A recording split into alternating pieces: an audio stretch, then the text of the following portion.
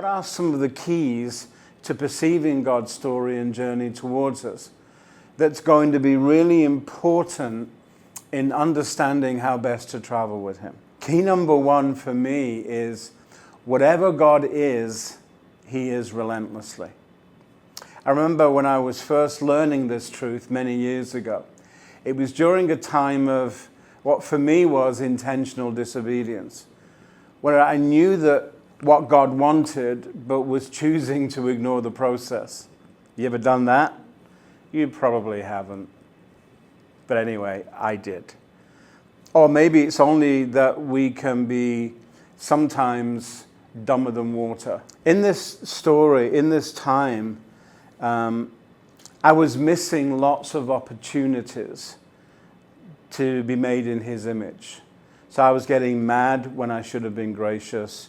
I was being unkind when I could have been gentle. I was being impatient when I could have learned patience. I remember throughout this time, God was continuously showing me His kindness to the point where I got really annoyed with Him. I'm still not sure why. It's like I was expecting, God to punish me, and He never had that thought in His head because He'd already punished Jesus. So why would He punish me?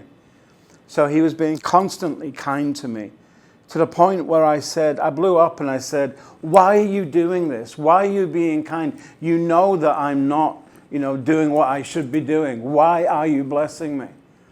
And all I heard when I got quiet in my spirit was, Graham, this is what I'm like. You're just going to have to live with it. And that was shocking to me. This is what I'm like. That His answer to me was really to say, this is my story with you. I'm showing you what I'm like. And this is the only way you can journey with me, by becoming what I'm like. This is what I'm like, Graham, live with it. But I couldn't. And I remember it broke my heart and I cried for several days. But it was a turning point in my life when I realized that His story with me is about demonstrating His nature and His character towards me so that I could learn firsthand who I was going to become in Him. Romans 2:4 says that it's the goodness and the kindness of the Lord that leads us to repentance, that causes us to turn and go in a different way towards Him. And like the father of the prodigal son, He's always moving towards us.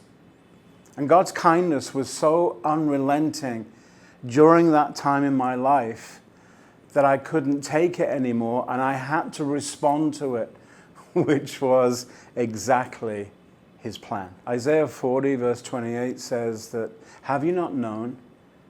Have you not heard?